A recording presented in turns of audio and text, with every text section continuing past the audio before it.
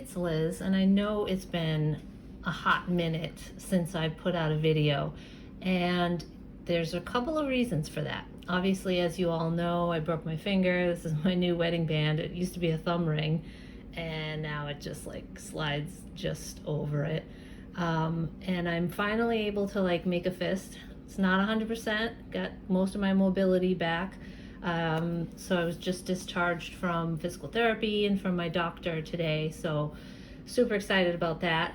And I have been working on a new deck. And of course, as well, it's summertime and my kids are home, so it's been really hard to like get some quiet in the house. So there's been a couple of reasons for that, but I wanted to show you what I've been working on that I'm really excited about. And I had sent some of the images over to Bonnie at Old Soul Mermaid. She is totally an aficionado, way more than I am at this time period, the pre-Raphaelite era, which is the late 1800s to early 1900s. And predominantly, that's where I'm getting most of my artwork. I have been able to find a couple of images in order to include some diversity, which makes me very happy, and I hope it will make all of you happy and everyone in the tarot community who does like this artwork. I have a plan to offer two types of this deck. One, let me back up a second. Its title is going to be Tarot of Adorning Grace. And what that means is that the grace is the original artwork and the adorning is what I'm putting on it to kind of add some RWS symbolism to it. So I'm taking pre-existing artwork and working in symbolism that would kind of make it tie in with tarot even more. And it, as a standalone deck with just the original artwork, it would of course work perfectly well because you kind of get the vibe of the message of what the card is attempting to portray. And I am in love with this art style in this time period. It's so soft and so feminine, and it just is so evocative emotionally that I just love it. And if you've been watching my channel for a while, you'll know that the beautiful Rebellion Tarot is my #1 deck, and it still is because most of the imagery was drawn from William Waterhouse, Millais, and there's a lot of other artists that I'm incorporating here, and I hope that you'll enjoy it. So I wanted to give you guys a sneak peek to Tarot of Adorning Grace. So let's zoom in. These are the backs. They will be a little bit lighter than this. Let's zoom out a little bit. This is a bit darker than I had intended, and it's actually not the original artwork. This is also from the pre-Raphaelite era, and if you can see, like, there's birds, and I have birds in the coins in the pentacle suit, and you have like the leaves and the thorns and the branches for wands and everything. So I just thought this was such a great design. It is not reversible, but I loved it and I had to have it. So this is my original demo deck, and I am going to look at different printing companies and see where I can find like the best cardstock and the printing and the coloration and things like that I like the most. So this was printed on, it's either 310 or 320 GSM linen cardstock. So it has been shuffling really well, and it's a really good quality so far. So I'm pretty happy with it at this point. So let's get started. Let's turn it this way. These are just a handful from the deck that that are most like what I have now. I reserved the majority of the deck because I have totally revamped it. I asked some opinions online and I got some really good feedback, and so I really went back to the cutting board, or the drawing board rather, and really worked at layering and incorporating these images a little bit more than what you'll see here.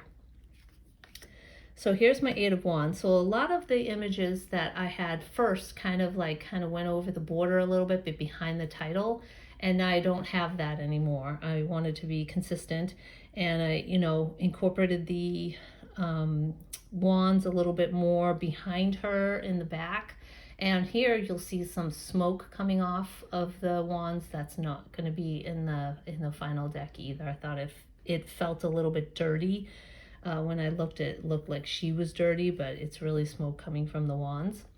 So that's my 8 of Wands, and as you can tell, this is a lot of movement. And in the guidebook, it's going to explain who the artist is and what if there is like something written about the intention behind it, I will include that as well. But I'll also have a story that goes along with each of the cards and what it means within itself and pertaining to the RWS symbology as well. Here's my 5 of Swords. Like there's a person here, and I'm incorporating him a little bit more. So the story will be this is the persecution of Protestants in Spain during not exactly sure when that time period was, but you can see this knife up here, and I included these knives that are falling, and this person is looking on, and the question becomes, is he going to assist her in fighting off this foe, because he's intent on winning at all costs. And as a note, the borders will be more opaque and less transparent than they are here. So the tower, I will go back to its original coloration. It's a little bit more muted. This is a lot more fiery, and I added the lightning to this Tower of Babel.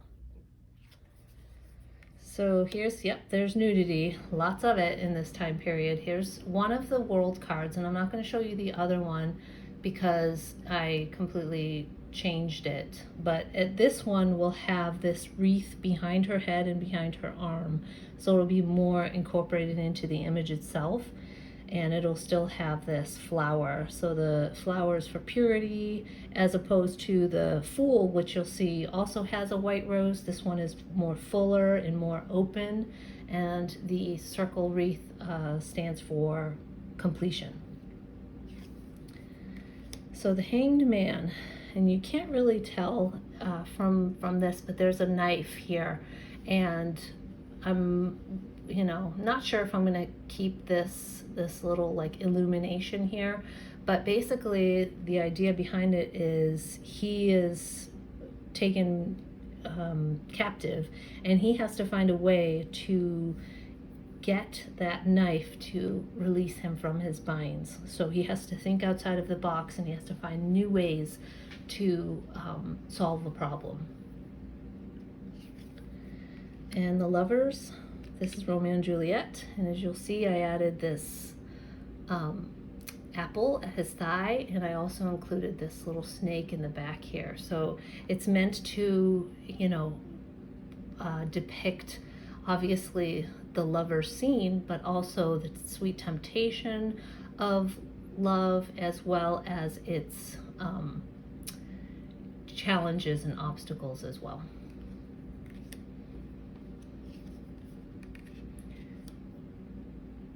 The Ace of Cups. So you'll see here there's water bursting forth from her cup.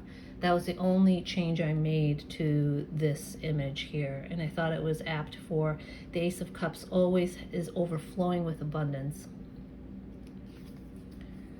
Strength. Here we have our Lemniscate, or our infinity symbol above her head. Simple, but it gets the message across. Three of Pentacles. So here are the Pentacles, and of course you get that whole apprentice and the person who's the mentor who's teaching the apprentice a new skill. So and I particularly like that about this image. And here they're kind of recessed into the wall because she's working hard at creating that. When you work at something, it becomes ingrained, it becomes a part of you, it becomes muscle memory, that sort of thing.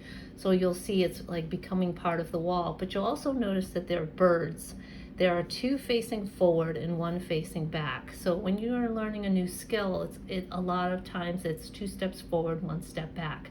So the positioning of the birds has a lot to do with the symbolism of what's happening in the card as well. Our 7 of Cups. So we have, and of course I've like changed and made the imagery a little bit sharper here. But we have, she's looking at her crystal ball, and this was used also, I believe, in the Beautiful Rebellion. But our 7 cups are all different, but she has a practical one that she uses every single day in front of her, and yet she still has difficulty in deciding what to do. Is there illusion happening? And of course that can be taken from the skull that's there. Or will she go back to what she's used to and chooses the cup that she's familiar with? 8 of Pentacles. These pentacles have now been brought somewhat behind her head, and they're all facing forward in a line of symmetry and perfection. And that's pretty much what the 8 of Pentacles is about. It's about your craft being just something that you're working hard at mastery, and that's what those symbolize here. So our 4 of Pentacles, this one is a little bit more recessed behind the ivy and in her lap, but they're all, as you can tell, also the coloration here I kind of changed almost to depict a more of a quiet stillness, and it's just like moonlight type of thing. But I went back to its original coloration, which is a little bit more vibrant, and they're all facing her. So she's clinging obviously to something, and her resources are tied into her in an intimate way that she's you know, whether or not she needs to be clinging to her resources, that's up for debate. But what is happening here is that ivy is growing, and when you stay too long in one place doing the same thing, stagnation can occur. So I have 2 versions of the 9 of Swords. Now, as you can tell, the swords in front of her, you know, at her chest down and continuing down, are transparent and they're glowing. But in this one, this is the one that I particularly like. Also, this sword is more behind her arm. I wanted to depict, obviously there's danger in nightmares, and you could tell from her face it feels like she's scared, and the hue of the light cast on her just says a lot about the mood of this card. But when in the 9 of Swords, the question becomes, what is real and what isn't? What fears do we carry with us that can actually hurt us, or are just a worry that we're just playing out in our heads that hasn't yet come to pass yet?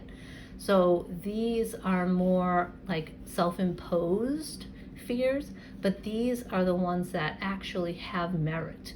Is she able to distinguish between the two in order to move past her situation of fear right now?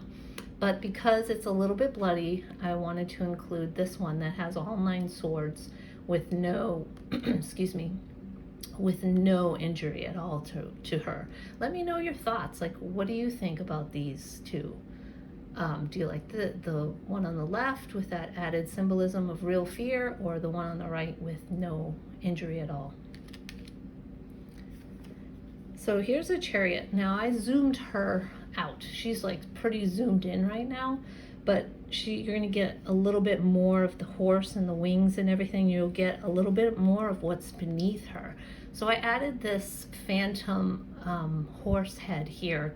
As you know, in the Chariot card, you have a black and white sphinx, or a black and white something or other, in order to depict the light and the dark, the opposites of within oneself that we need to control in order to exact our will in the world and manifest what it is that we want.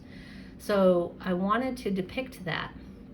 And here the horse is not quite fully embodied yet, but she's looking towards where she's going, but she's looking in the direction of the white horse. So she's favoring the good parts of herself, and she's going to need to control them in order to avoid falling to her death, basically. But just to keep the horse up in the air.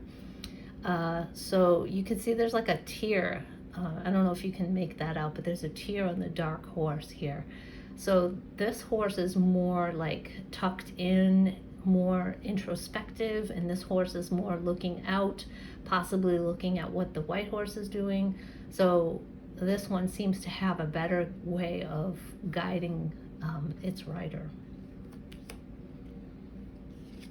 So here's a 5 of Wands, and I have added a wand in his hand. Bonnie from Old Soul Mermaid made a great point that this almost feels more 7 of Wands-y because of the higher ground that this person has and the fighting that is occurring. Now I have an alternate. I have like 12 alternate cards for female kings as well, and a couple other alternates for courts and other cards along the way. But the 7 of Wands was one of them that I had 2 alternates. One of them I will be omitting because it's a little bit graphic, and it has a portrayal of a scene that is a little bit more difficult. So I'm going to omit that. But this one would make a good 7 of Wands as well. So I may consider adding additional 2 in order to get this to be a 7 of Wands. And the point of this was, if you can tell, it's a little bit more blurry in this one, but there are 2 wands here that have come to meet one another in just about the center of the card. Now, if they can meet in the middle and compromise, they might be able to solve this disagreement that they're having here.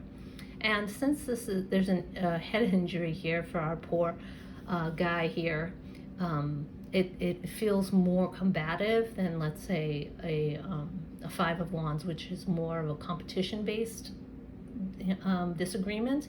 Now that one was a huge challenge to find, and I haven't quite found a replacement for this yet for my 5 of Wands.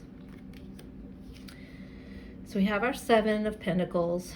So these pentacles are green, and that is to depict newness. And is she about to plant her harvest, or she harvested too soon that they haven't been able to grow? Will she wait? Or so there's a lot of ambiguity available in these images. So I wanted to always pose a question, like, what is this person going to do with what they're holding, or what is going on around them?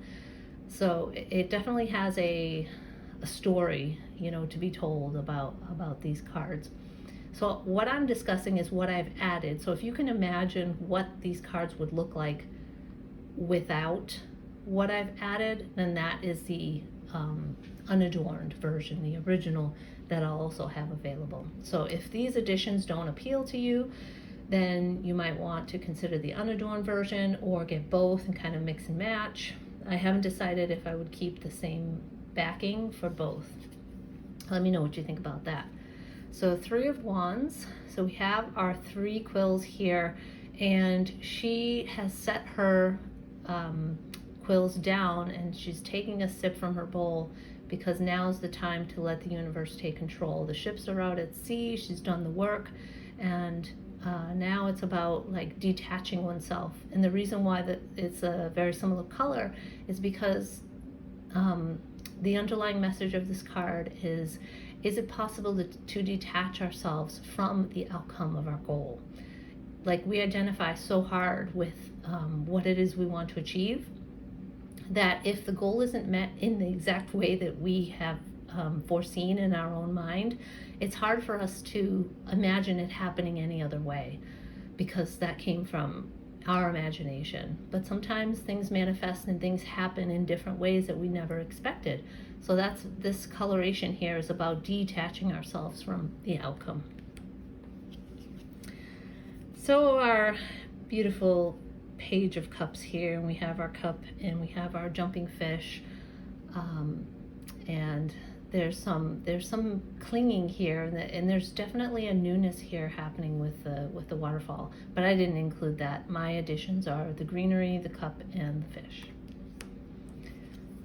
And this is an extra card that I've included in the majors, the Witness. And the original card doesn't have the elements here, it just has everything else.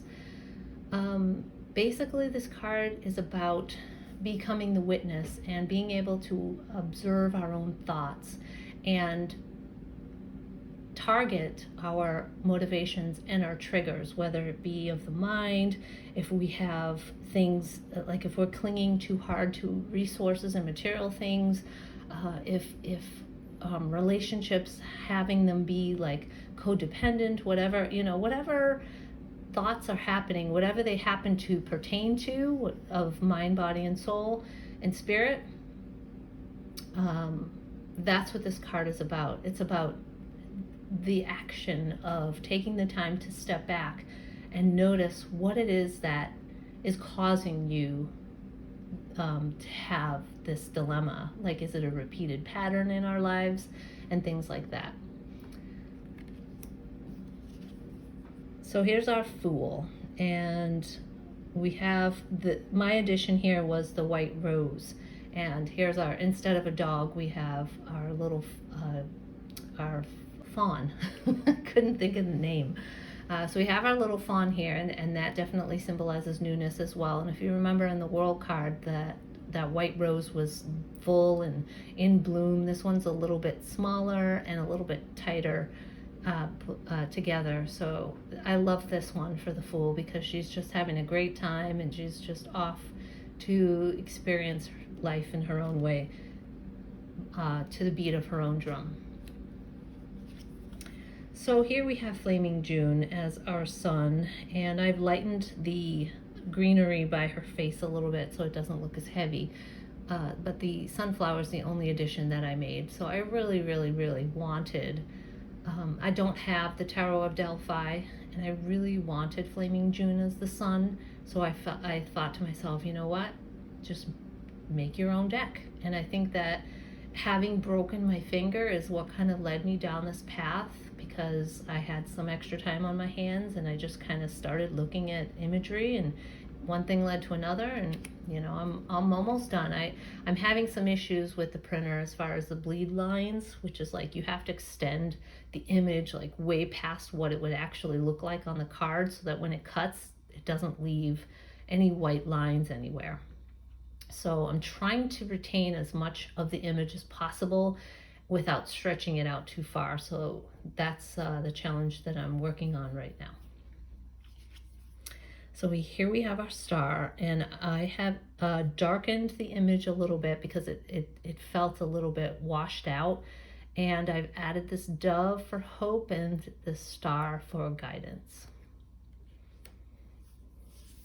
Second to last card, here we have our Nine of Pentacles. And, as a standalone card, without these pentacles and without the greenery, the vines that I have added, you get it, right? She feels very opulent. She has her bird. She has her grapes. So you get it. So unadorned would definitely work as well, but I wanted to add the extra layers sometimes that my additions added into this. So here we have, like, these pentacles are purple to symbolize either grapes or plums hanging from the vines behind her that are just full and juicy and ready to pick, and that they're just as full as her life. And that is kind of what the Nine of Pentacles means to me. It's about just enjoying what you have and being grateful, and just kind of taking a brief moment to appreciate what it is that you've acquired and you've accomplished in your life. So having these behind her symbolizes just the ripeness of life. And our last one is Ophelia. She is the Ten of Swords. I have darkened the image a little bit because the original was very, very bright, very green, and I felt that was a little bit too positive. I felt the vibe was a little too positive. So I darkened it a little bit, but you can still see that there's still color there, so hope is still there. So we have the 3 swords in her chest, and we have 4 swords flowing down the river, off to new horizons. And we have 3 that have become part of this log or this tree here. So there's growth that is still happening, and there's still hope for a new chapter to open. So this is it. This is just a little sneak peek, I guess, of Tarot of Adorning Grace. I don't have any definitive plans of when I'll be releasing it. I still have some work to do, and I have a lot of work to do with whichever printer I decide to go with. I'd love, a really strong, sturdy box for it. I would love to be able to make it into I don't know, we'll see. But I want something also for myself that I could take it with me wherever I go. But we'll see. Magnet style clamshell box is really nice too. So we'll see what happens and whichever printer I decide to go with, and all of that takes time to develop the proofs and things. So I hope you enjoyed it, and I will see you guys again soon. Thanks and bye. As always, thanks for watching, and if you found value in this video, please hit the like button and subscribe for more tarot-related content like this. Ring that bell to be notified whenever I upload new stuff, and don't forget to listen closely to the whispers of the heathen within that already has the answer and knows the path that's right for you. Until next time, be brave, be bold, be you. Bye.